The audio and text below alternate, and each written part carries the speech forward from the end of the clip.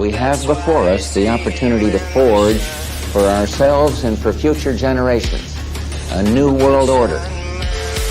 This crusade, this war on terrorism, is going to take a while. We came, we saw, we died. We tortured some folks.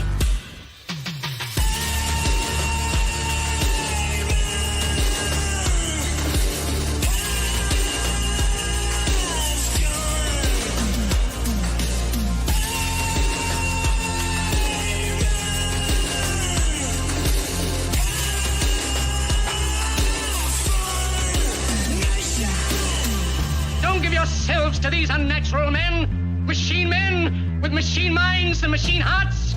You are not machines, you are not cattle, you are men. You have the love of humanity in your hearts. You don't hate, only the unloved hate, the unloved and the unnatural. Soldiers, don't fight for slavery, fight for liberty. And we are clear. Ladies and gentlemen, welcome to the show. It's episode 30. I told you we'd make it, and we did. Episode 30. We're doing a little celebrating tonight. That's right. I really appreciate you being here. We are officially taking this from a makeshift operation into the realm of the professional, and we got the guy here tonight to help us get that all situated. But before we get to that, guys, if you're watching this, share the links of the show. That really helps out, especially when you're permanently banned on the old Twitter and serving a 60-day on the trusty Facebook. So it's only YouTube for now, but we're on Facebook otherwise. Just can't stream there. Instagram, Spotify, Apple Podcasts, and the like. So leave a nice review or do what you can to help the show out. That'd be great. And don't forget, episode 24 with Dr. Irene has been permanently removed from YouTube due to World Health Organization recommendations for their platform. So go watch that on Odyssey if you haven't seen it already. And lastly, don't forget to go to wheeliespharmacy.com. That's Wheelies, Wheelys, Pharmacy, Pharmacy.com to get the best CBD tinctures, capsules, teas, lotions that your money can buy. And use promo code DVG15 to save 15% at checkout. Now, before we get to our guest, I am delighted to bring back my dude, Dan. What is happening, my bro? How are you, me man? off guard, dude. That's right. I'm throwing you right in there, man. I wasn't sure you were going to make it tonight, but in full warrior tradition, you showed up just in the nick of time. Out of the truck, into the shower, down, and I still got water in my ears from I put these things in here, and I'm kind of like knocking it out. But yeah, dude, I couldn't miss it. We got a professional on tonight. Yeah, we're gonna learn some shit, man. And yeah, he's gonna maybe help us, give us the guidance to get us to that next level, right? He can only show us the door. We have to fucking do the work. Maybe he can get us to 40. You know, I know. And then we're gonna call Dave Smith for number 50. He better say yes. I don't have to fucking blackmail him like Dan Smots did or whatever that was. Just want to ask nicely. I'm not like those other guys, Dave Smith. It's all good. We'll play it friendly around here. But yeah, let's get into it, man. The guest tonight, he's the associate editor of the Libertarian Republic. It's a fantastic publication that's run by, oh my God, Austin Peterson, great candidate for president of the Libertarian Party. He's doing the radio thing now and podcasting, and he should have been my guy. I didn't support him in 2016. I definitely should have. But he's the associate editor at the Libertarian Republic and the host of the Brian Nichols Show on the We Are Libertarians Network. He is Brian Nichols. Brian, what's happening, man? What's up? What's up? How you guys doing? Doing great, brother. Thank you for being here, man. Absolutely. Thanks for having me on. Looking forward to talking to you guys about selling liberty.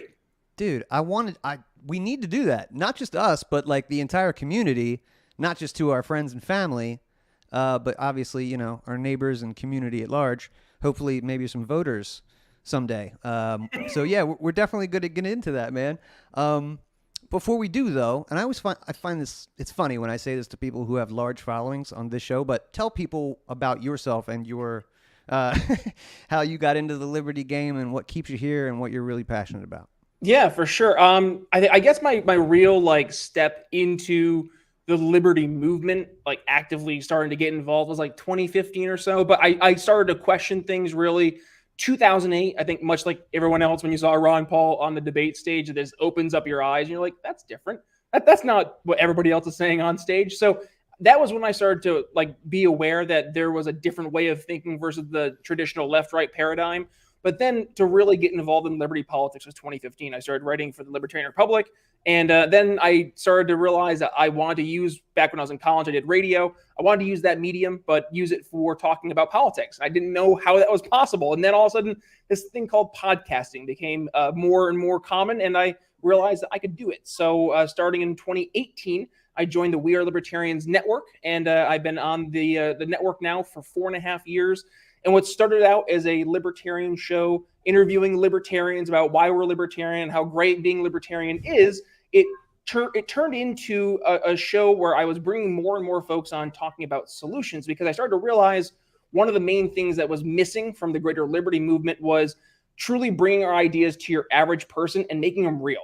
So in 2020, even before the pandemic, I was already considering doing a big switch in the show, but I made it official in August of 2020, where we went to focusing on selling liberty and the idea of taking what I do for my day job, which is I'm a sales executive focusing on cybersecurity and unified communications, and bring that to what we're doing here in the liberty movement, which is trying to bring our ideas and sell them to a target market of folks who are open to our ideas. They're aware that things aren't right and they're looking for alternatives. So how do we do that? I believe firmly it's by meeting people where they're at on the issues they care about. And if we do that, then we're going to make sure not only are we going to be finding more success, but also we're going to find we're getting less resistance, because if we're more focused on doing that versus winning arguments, you're instantly going to be entering into more conversations versus the proverbial back and forth on social media, which ends in a block or a mute. So yeah. All right, Dan, are you taking notes here? Because I got to say real quick, that's something I need to take a quick note. Stop arguing. Stop arguing on Twitter. Social media. Let me ask you this, Brian, though, because I'm just relating it to myself too, because there was a long gap between being aware of the liberty movement and then really being aware of it and wanting to do something. Was it for you? Like, was there an event? Was there something that happened that made you be like, all right, shit's got to change right now? In the liberty movement, I think it was more so a realization that a lot of the conversations weren't changing. It was more so talking about why being libertarian was right versus talking about why that matters. And we talk about this in sales. It's not a matter of just your solution being a good solution.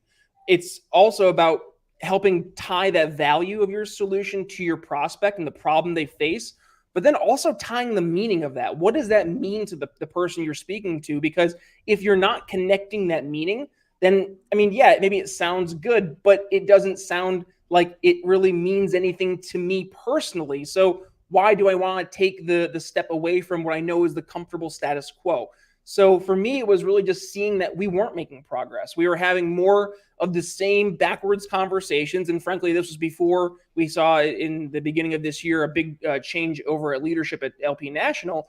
But a lot of those conversations weren't changing. The approach to the lockdowns and or lack thereof from leadership, and not talking about the issues that were mattering to people, was a really big red flag. So being able to address that, but also to help coach libertarians out there how to effectively have these conversations with people who were afraid, who weren't having these conversations with their average person in their lives because they were afraid to have these conversations. So how do we help lead those conversations, but also ask thought-provoking questions that address a problem they're facing, and then also to help them realize that we have tangible solutions that mean really it's going to help them go from one spot to another, and there's a value to that and the meaning to that. How do we tie that together? So that's kind of why I took the hardline approach, and specifically why I changed my show. And you know what's funny is that I actually was like, I'm confident I'm going to lose some folks in my audience, and I did. I lost probably like a quarter of my audience there for the first bit.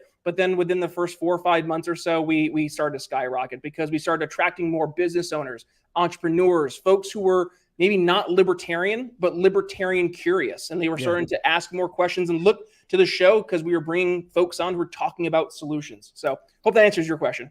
No, it does. And that's so good to hear, because I feel like now the time, like we went right from authoritarian lockdowns to massive inflation.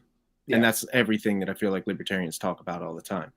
So yeah, I agree with you, Dave, too. Maybe, it's fun to go back and forth and argue on Twitter about all these theoretical, hypothetical things. But like, have you found that, like, is inflation, not that it's helping anybody with anything, but I mean, is that a topic now? It's right now. And that is what people care about. It's the number one topic amongst all Americans. So it is obviously an opportunity, I'd say. And we got the answer. Yeah, we have the answer. Well, think about it too. Is it inflation, or is it what inflation does to your average person? Why that matters, right? And that's where we can win.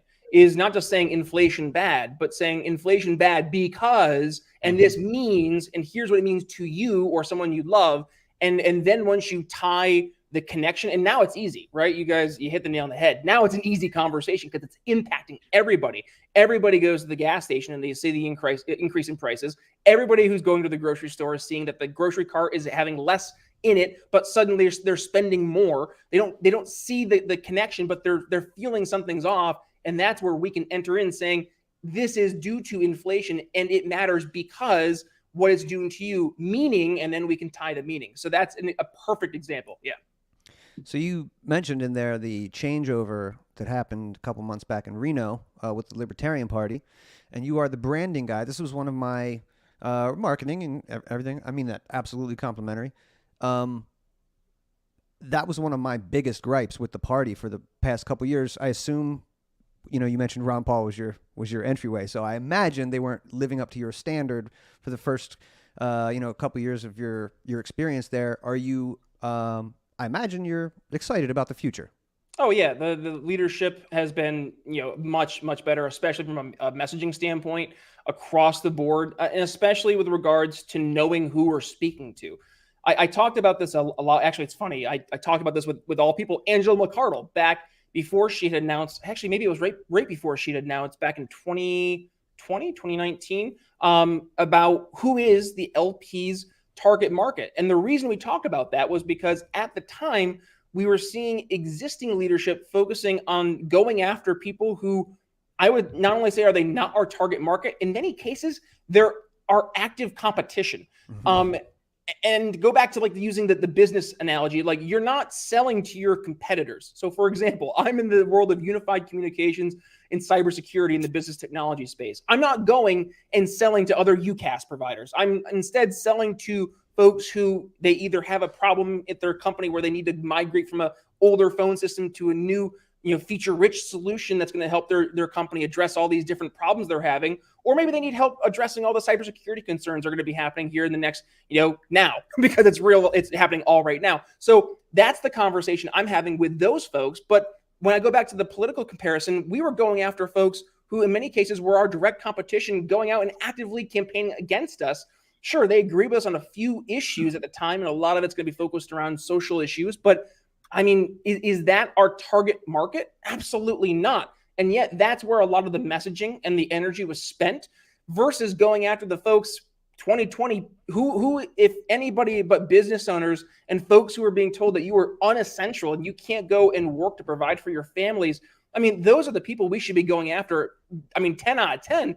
And yet it seemed we not only did we not talk to those people, but in many cases we actively avoided having those conversations or leading by example because we were afraid that we were going to toe the line and maybe step over a little bit with our friends in the Beltway. And I think now that we have a leadership that's focused more on meeting people where they're at and focusing on the messaging that matters, we're getting back to what actually wins, and that is focusing on the issues that actually matter to people versus what it's instead of focusing on the people we want so desperately to be our market, focus on the people who actually are your market. That's where we're going to have more success. And frankly, we are having more success. That's good to hear, man. And I totally agree with you. I'm sure you caught this. In fact, Dan and I did an episode on it a couple weeks back.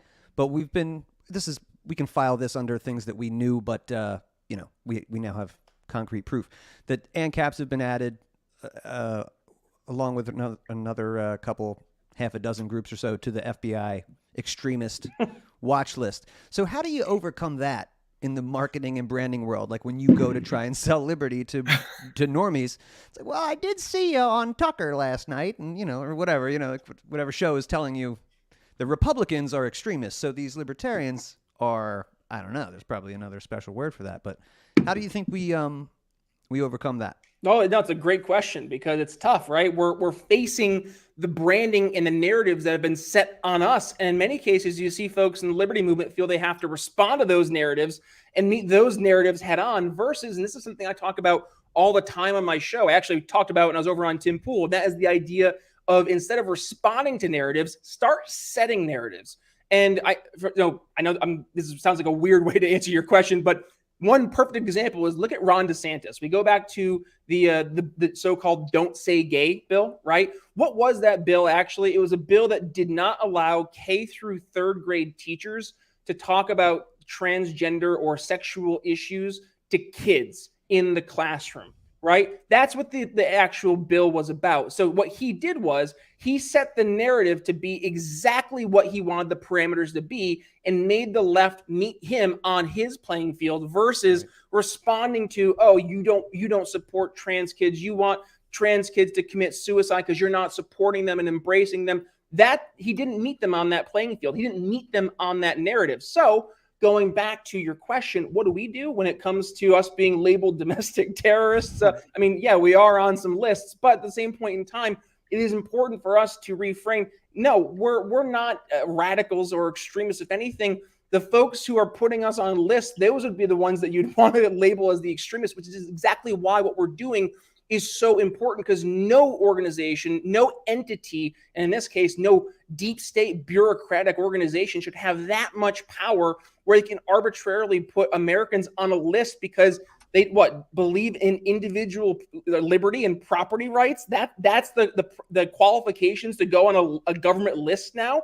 And if that's the case, then maybe we really need to re-examine what are we doing here? Like, why are we spending so much time arguing in Liberty Land versus actually focusing on this behemoth of a federal government that's before us? Like, let's focus on what's actually important. In this case, taking on this Leviathan of a government versus arguing who's more libertarian than each other. And also going back to, does that win people into the movement? Absolutely not. Man. Knocking them out of the park today, bro. I'll tell you what. Yo, I know you just got back from Revolution 2022. Yes, it was a blast. Yeah, I want to hear about it, man. I want to know about the highlights and who, again, going back to your expertise, who do you think is doing the best at convincing people? Not convince. Who's delivering the message? All right, man. Who's straight up propagandizing these people towards liberty? That's what I want to know. No, I'll tell you, who's the best at that? Straightforward, like the two probably most positively received speakers, and this is my obviously subjective analysis being there, but I would say Dave Smith and Spike Cohen, hands down, received the most positive feedback. And I hosted a panel with the Florida Mises Caucus down there. It was Spike Cohen, Dave Smith, Clint Russell, Michael Heiss, and Hector Ruse. And I mean, you hear Dave and Spike in their approach to selling liberty. The reason they have success is because they're doing what works. Dave using alternative forms of media, but also layering in using traditional forms of corporate media and using that to his advantage also. But using specifically the Joe Rogans, the Tim Pools of the world to reach an audience of folks who are looking for an alternative way of doing things. Then Spike really meeting communities and their specific problems they're facing with real libertarian solutions. That not only sells, that builds trust. So you see at Young Americans for Liberty, them talking about what works, what they're finding success with, but also where the future for liberty is headed. Easily, though they were the most positively responded to. I would also say Justin Amash got a great round of applause. Kennedy brought down the house as always. And then, of course, Ron Paul. Ron Paul just absolutely at the tender age of now 87. Can still get an entire room, 1,000 plus of 20-year-old somethings chanting "End the Fed," and great.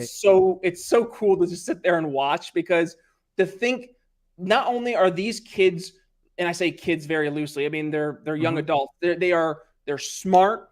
They're motivated, but also they know why they're doing this. They're doing it for the right reasons. They're not doing it because it's going to get some political connections one day that can get them a job in DC, which is, the I've definitely seen that as the college Republicans kind of approach to getting involved in politics. What can you do to set up your next career? No, These kids are right now. And what's important, and they're meeting it head on. They're getting folks elected to state office. They're getting folks elected in some cases to positions that not only are having significant roles in defining what we're going to have for the prospects of liberty moving forward, but are actually saving people's lives. Direct example, I forget the gentleman's name, but they helped elect Indiana state rep here in now my home state in Indiana.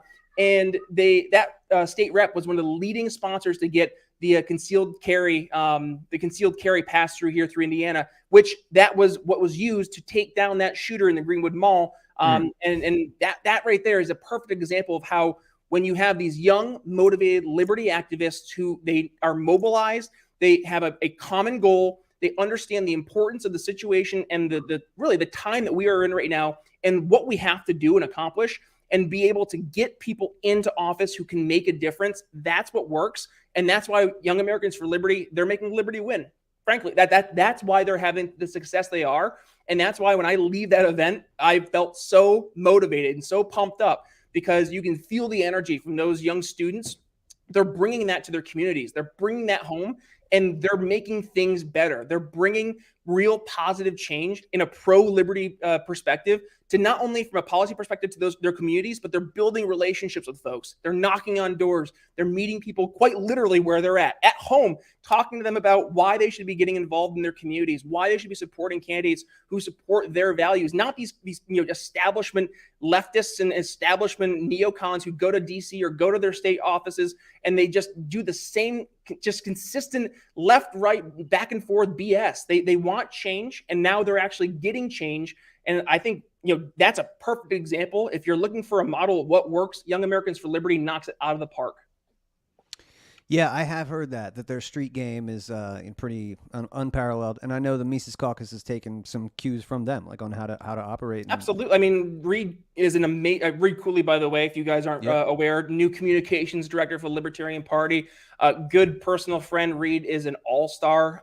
So the Libertarian Party, from a communications standpoint, is in phenomenal hands in that world. And he comes from Young Americans for Liberty. And back, you see a lot of the amazing social media work there in the past few years. That's all been Reed up to where they are today. So, that's what we have right now in our background. And frankly, that's what's also going to work, to your point, from a policy perspective. You have the Mises Caucus winning those local elections. That's also going to be, really taking the Young Americans for Liberty playbook and bringing it down to a more local level. It's still having that success.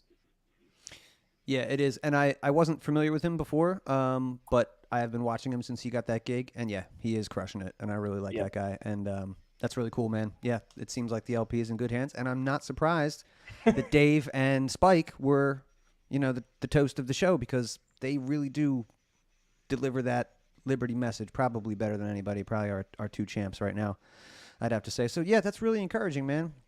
I'm glad you were out there for that. I want to talk more about convincing people how to be libertarians. I know that you put out a free ebook recently called Selling Liberty, and that's cool. You should go get that.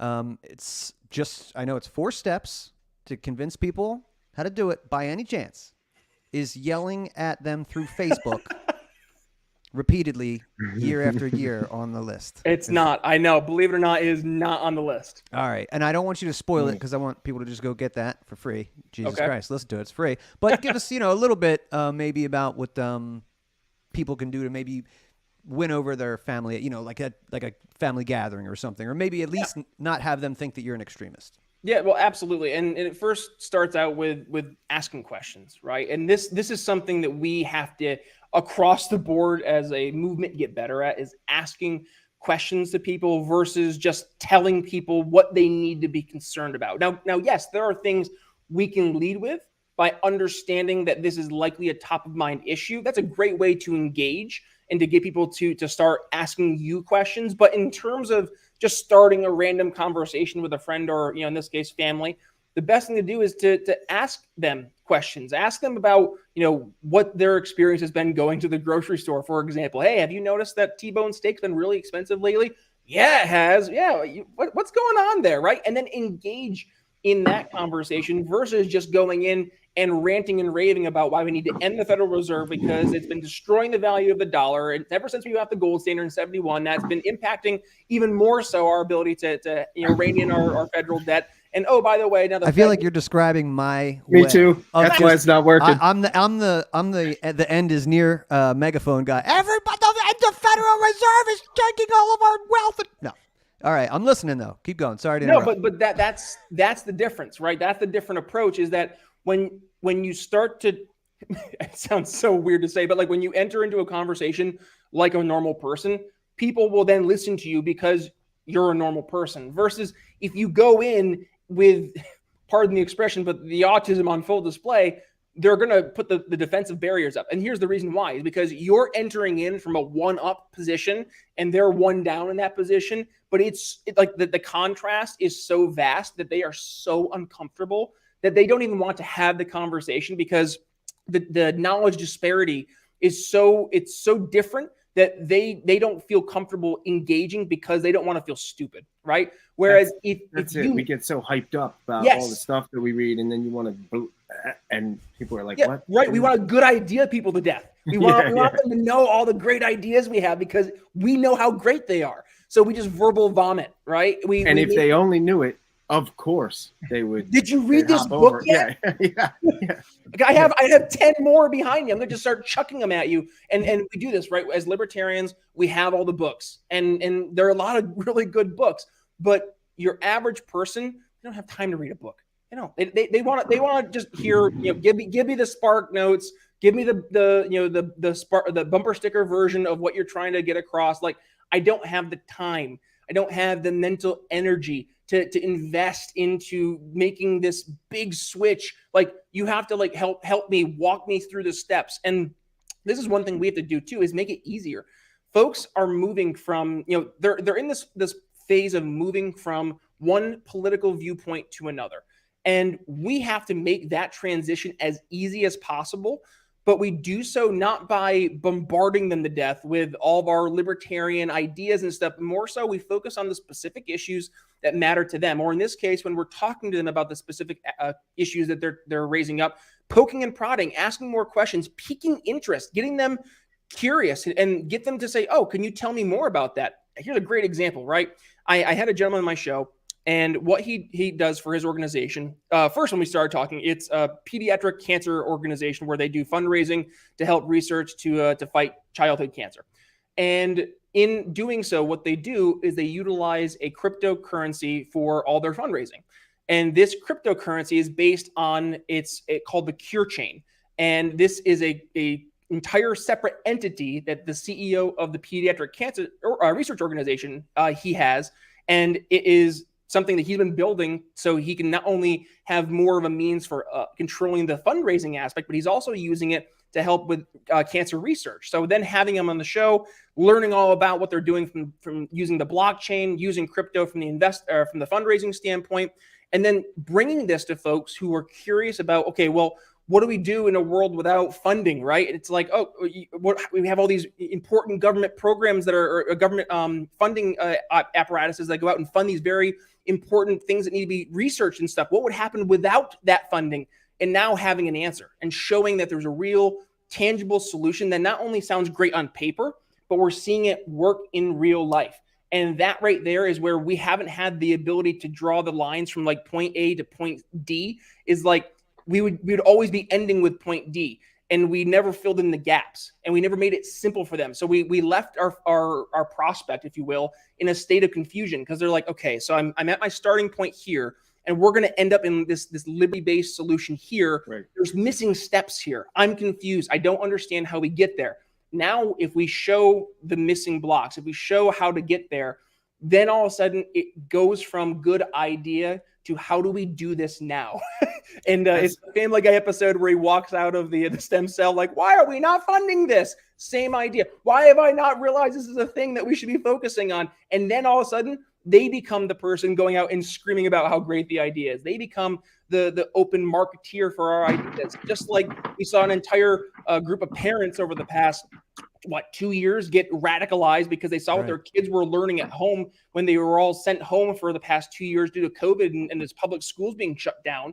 all of a sudden the parents are seeing what's happening. And now guess what? They're out there. They're the ones going to the school board meetings and talking about why their kids shouldn't be learning about CRT. They're the ones who are going out and now actively supporting pro-liberty candidates who are pro-school choice. And by the way, kudos to our man, Corey DeAngelis, who is absolutely making a phenomenal difference from like a real policy perspective too. I think it was Arizona. That's the most recent state they just went through, right? School choice across the board. Thumbs up there. And it's not possible without folks like Corey going out and actually like showing people this is a real solution that exists. And here's how we make it real. And guess what? When you show how it can happen, you meet people where they're at and the issues they care about. All of a sudden, the good ideas become real ideas. And then the real ideas start helping real people. Yeah. And he's a great example, man. He doesn't, I'm sure not, I can't say this for sure, but I don't think any of his speeches right now have anything to do with being a libertarian. No. It's just about the kids and getting the money out of the hand of the bureaucrats Fun students, and the administrators. Systems. That's it. It's beautiful. He's got a great slogan. That guy's got a great jawline, and he's out there fucking crushing it.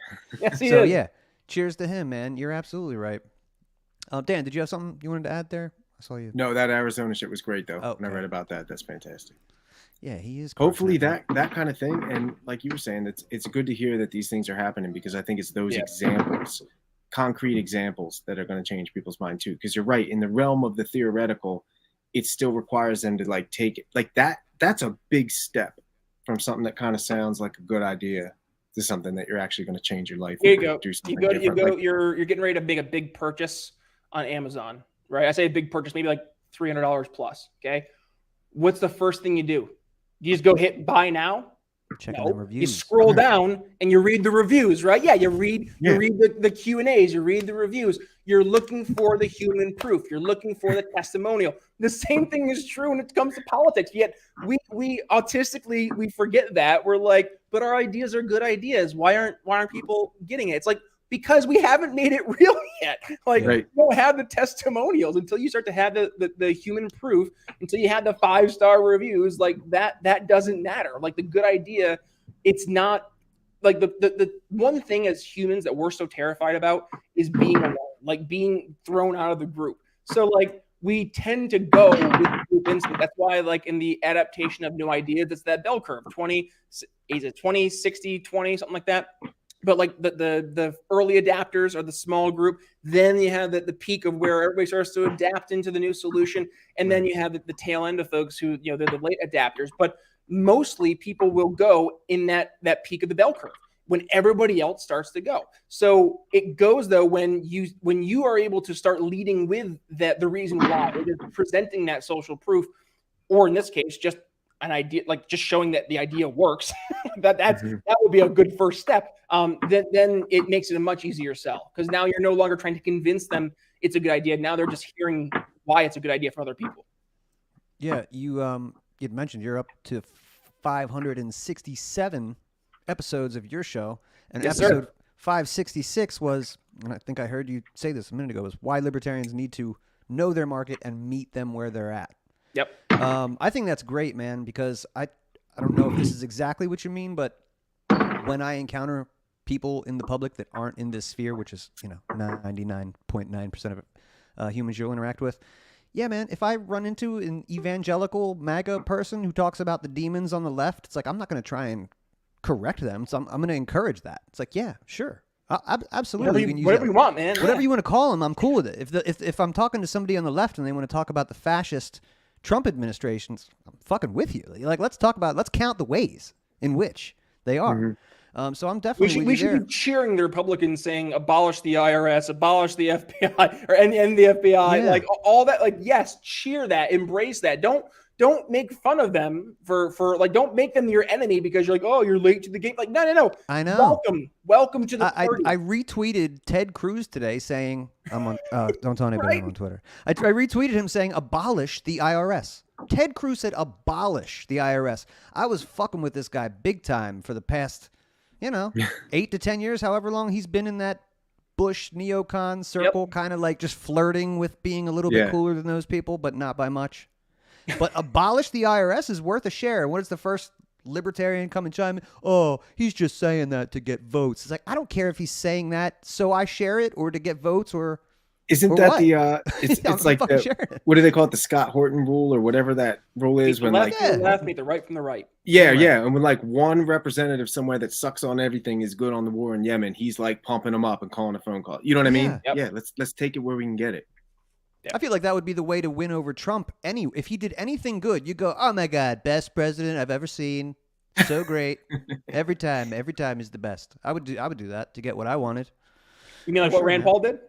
It worked. He did probably better than anybody in the He in government. ate He shit did it. for it too. But God, he if he didn't keep us out of how many wars in the Middle East, and he basically screwed the Bolton nomination. So like that, thank God for Rand Paul in that case. Right. And nobody you noticed, but most people wouldn't notice that kind of subtlety. Just, kind of, he probably did have a lot to do with that. You don't want to look, and I'm sure he was in his ear. You don't want this guy whispering in your ear. Look at him with his crusty mustache. You don't want that guy around. But every you. time he does anything, he should be pumped up. Like delayed that massive aid bill to Ukraine for like a couple weeks. Like it's going to go through, but he's the only one up there saying anything about it.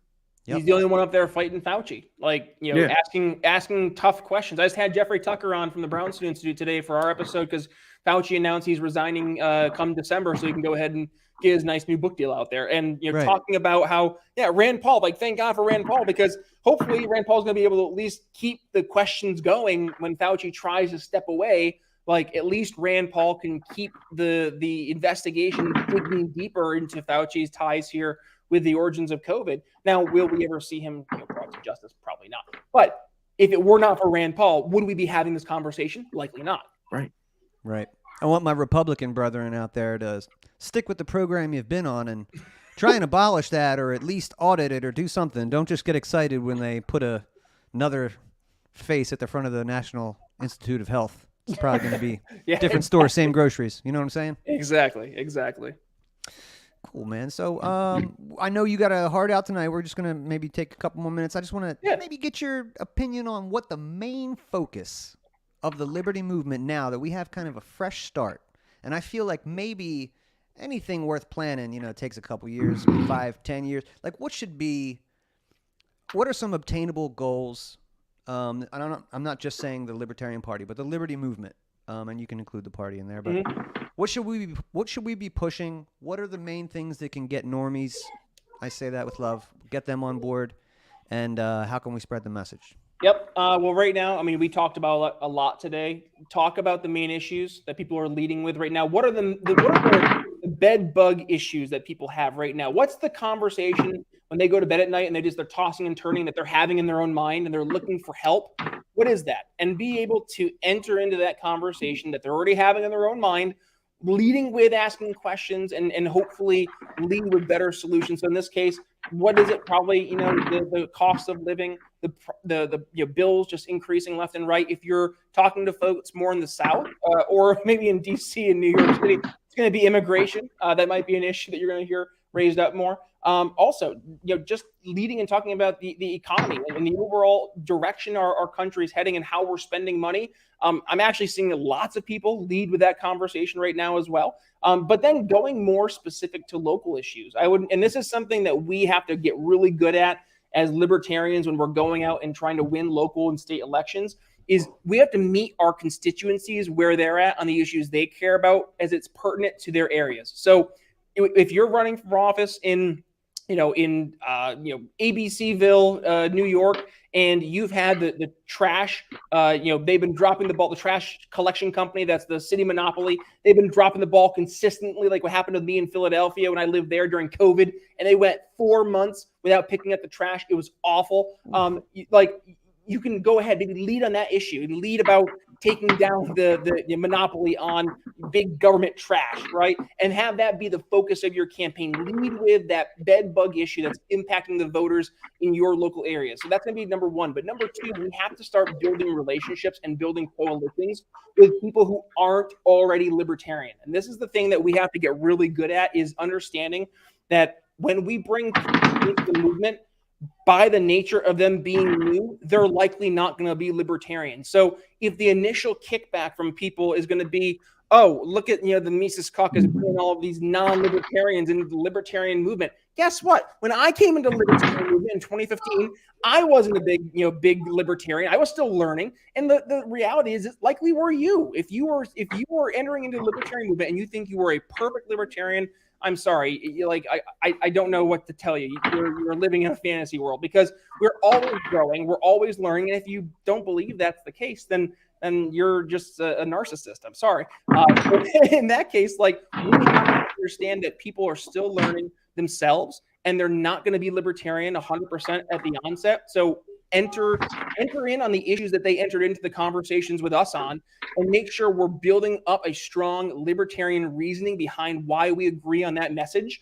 And then once we get them on board with the solution, we build trust. We show that we get them to not just see it's a good idea, but yes, it actually works. Then we can use that as the means to build trust and tie it back towards other areas. So build coalitions with other folks who aren't overtly libertarian. And then other than that, get off of line. Go talk to real people in your communities. Yes, it's important for us to network as libertarians, but it's also super important for us to get out into our communities, involve. Go join your local Elks Club. Go to your local Chamber of Commerce meetings. Go get involved. People want to get involved after 2 years of being locked down by their local governments.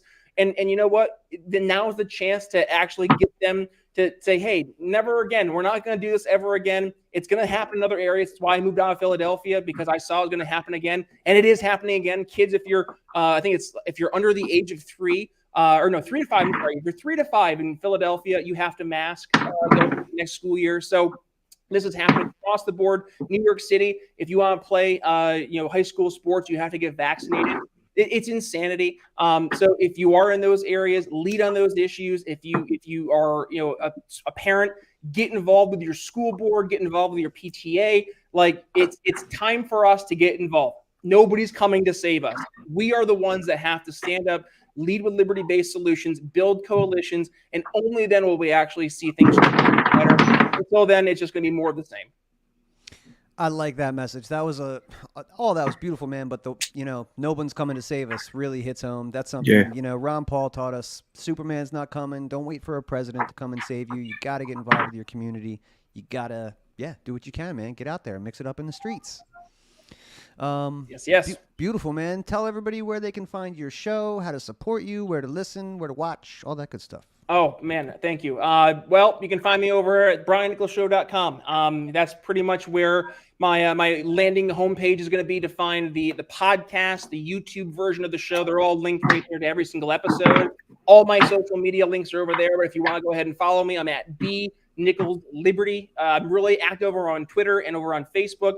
Lots and lots of memes. Memes sell. I mean, Paul Revere, my God, excuse me. He's out there during the American Revolution. He's making changes of hearts and minds by handing out little pamphlets at bars and saloons.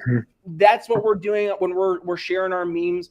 So I think memes are a great way to communicate. I actually had one meme. I'm not even kidding. I looked at the metrics. Reached over 30 million people. One blew me away. So memes are powerful. They can reach people. And especially, and actually the meme that got that much traction, it was a meme about a guy going ahead and filling potholes for his community. And he asked for people to pay him instead of his local government. And people ended up paying him like dollar bills and a couple of little things here and there. And that was the one meme that went super viral. So the fact that there are memes like that can make such impact. If you're interested at B Nichols Liberty, I don't know why I ranted about the importance of memes there for so much. But I'm with you on that. It's very important. It was pretty cool to see the actual the impact of it and to see the metrics. It is kind of shocking. But other than that, though, guys, I really enjoy really focusing on building real relationships with folks, building relationships with audience members, because at the end of the day, this is what matters, is building relationships with real people. Again, since nobody's coming to save us, it's on us to work together. So if I can help anyone out there who's looking to promote an idea, promote their business, whatever it may be, reach out to me, email me, brian@briannicholsshow.com. Dude, thank you so much, man. I learned a lot, and I feel like it was a positive experience too. Yeah. So I really appreciate you being here, man. Absolutely. Thank you, guys. And by the way, like, if you ever any questions, anybody, please feel free to reach out. I'm always more than happy to help. And also, I've been doing a lot of speaking events too. If you ever want me to go talk about selling liberty, feel free to reach out. More than happy to do so. Thank Dude. you, man. Yeah, you're the man. We'll do. Thank you, Brian. Peace, brother. You got it, guys. Talk to you. Dan, how about that, man? Did we learn some shit tonight or what, bro? Jeez. Yeah. That's some inspirational stuff. We need that. That's some white pilling. I know. I feel like we can take this shit to the next level now. I gotta, again, be consistent. Stop arguing with these motherfuckers online. And I think a lot of shit could change after that. Yeah, find out. Yeah, ask questions. That's a good one too, because I want to like read somebody a paragraph from Murray Rothbard or something. Like, look, once I do this, then obviously they're going to be libertarians. Now it's not working that way. That's it, man. You gonna be here with me next Monday? We'll do it again. Yeah, that's great. We're gonna have an extra bonus show Sunday night because, bro, check it out. There's fucking trickery afoot in the LP again, and this time it's in Idaho. Idaho. These motherfuckers are they're still trying to take parties over. So who'd they called? Coup-proof Dave. No coups around here, baby. We don't fuck around with that. So on Sunday, I'm going to talk with some of the guys from the LP of Idaho, and then we'll be back Monday night with Dave Benner, who's an awesome dude. He's on the LNC. He's a historian. He's an author. And we're going to talk about communist infiltration. Oh, I can't wait. Isn't that going to be fucking great? Yeah. Anyway, I'm excited about it. Bro, thank you for being here. You're the man. I love you. My pleasure. Love you too. See you next week. Peace, brother. Guys, that's going to do it. 30 in the bank. I love it. Appreciate you guys being here. Have a great one. See you next time. Peace. We have before us the opportunity.